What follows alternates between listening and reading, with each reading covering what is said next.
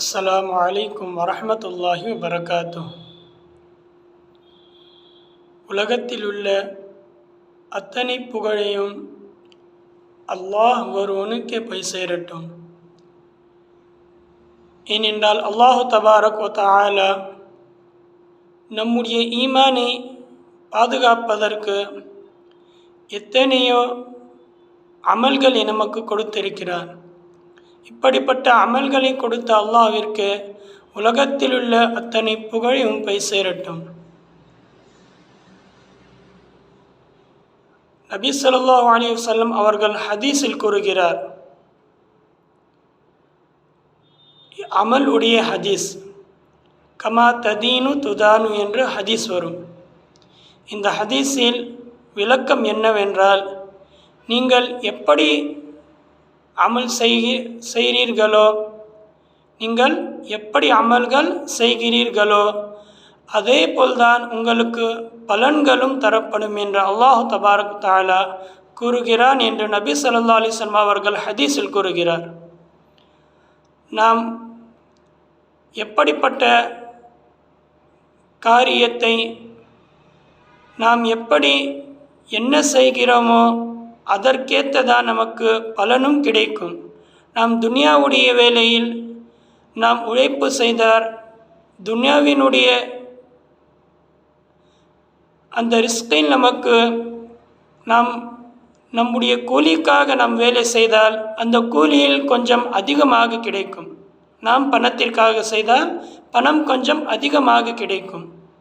இதே தீனுடைய விஷயத்தில் நாம் செய்தால் அல்லாஹ் தபாரக் தஆலா நாம் எதிர்பார்க்காத அளவிற்கு நமக்கு அவனுடைய நியாமத்துகளில் இருந்து மற்றும் நமக்கு தேவையான அனைத்தையும் அவன் நாம் தினந்தோறும் வேலைகளில் உதவி செய்து கொண்டே நம்முடைய எல்லா வேலைகளிலும் லேசாக ஆக்கி தருவான் மற்றும் அதிகமான நன்மைகளையும் தருவான். அதற்காக தான் நம்முடைய அமல்கள் நாம் சரி செய்ய வேண்டும். நம்முடைய அமல்கள் சரி இருந்தால் நமக்கு கிடைக்க வேண்டிய எல்லா தேவைகளையும் சரியாகவே கிடைக்கும். நமக்கு என்ன தேவை இருக்கிறதோ அதை நமக்கு அந்தந்த நேரத்தில் கண்டிப்பாக கிடைக்கும்.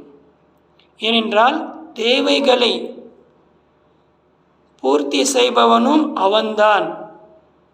நம்முடைய தேவைகள் பூர்த்தி ஆகவில்லை என்றால்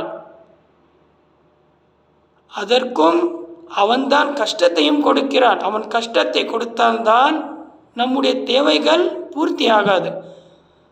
அவன் நமக்கு நன்மை செய்தால், நமக்கு நன்மைகள் செய்தால், நமக்கு நலனை செய்தால் நம்முடைய பூர்த்திகள் அத்தனையும், நமக்கு தேவையான அத்தனை விஷயங்களையும் நமக்கு கிடைக்கும்.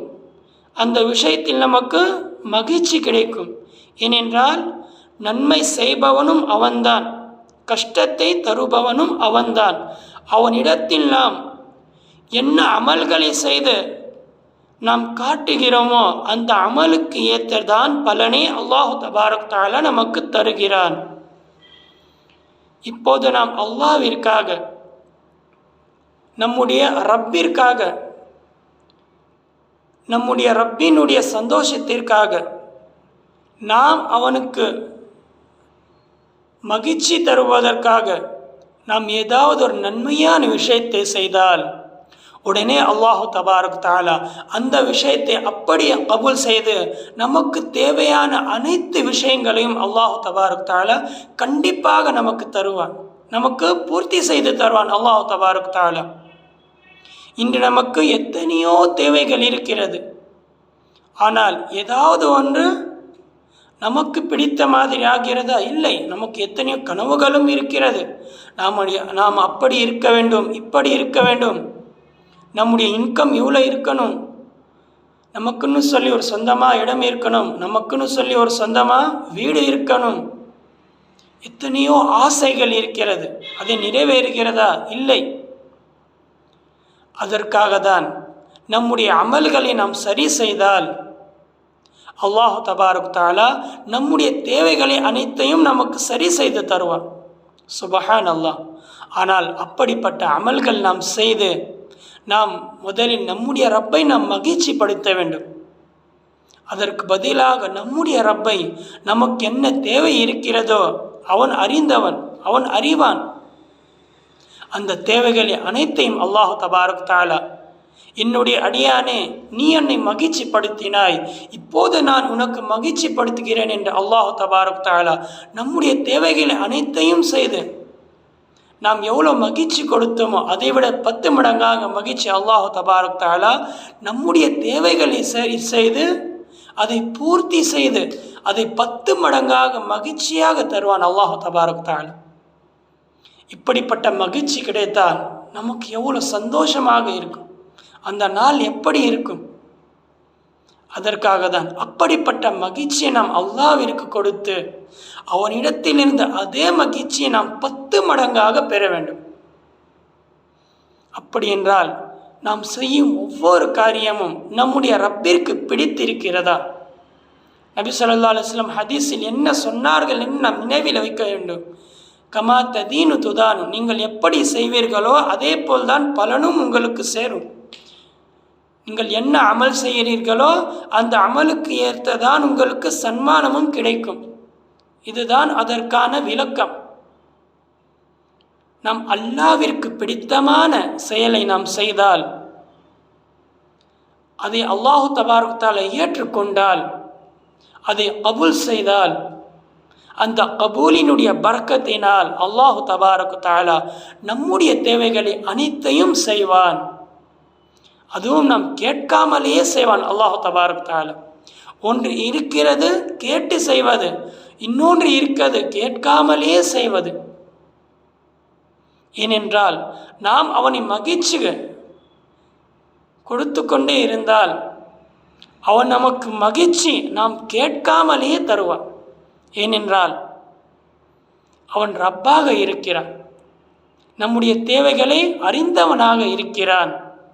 நாம் அவனுக்காக வாழ்ந்தால், நாம் அவனுக்காக நேரத்தை கொடுத்தான், நமக்காக அல்லாஹ் தபாரக் தஆலா அனைத்தையும் கொடுப்பான். நாம் நம்பிக்கையாக செய்ய வேண்டும். அவன் மேல் நாம் 100% நம்பிக்கையை வைக்க வேண்டும். அவனிடத்தில் நம்பிக்கை வைத்த நாம் அவனுக்காக நாம் அமல்களை செய்தால் அல்லாஹ் தபாரக் தஆலா அதை ஏற்றுக்கொண்டு அந்த அமல்களை கபூல் செய்த அல்லாஹ் தபாரக் தஆலா நம்முடைய தேவைகளை அனைத்தையும் நமக்கு சரி செய்து தருவான். அமல் செய்யலாமா? இன்ஷா அல்லாஹ். அல்லாஹு தபாரக் தஆலா நம் எல்லோரையும் தினந்தோறும் செய்ய வேண்டிய அத்தனை அமல்களையும் செய்வதற்கு அல்லாஹ் தௌஃபீக் செய்வானாக. அல்லாஹு தபாரக் தஆலா நம்முடைய தேவைகளை அனைத்தையும் சரி செய்து தருவானாக.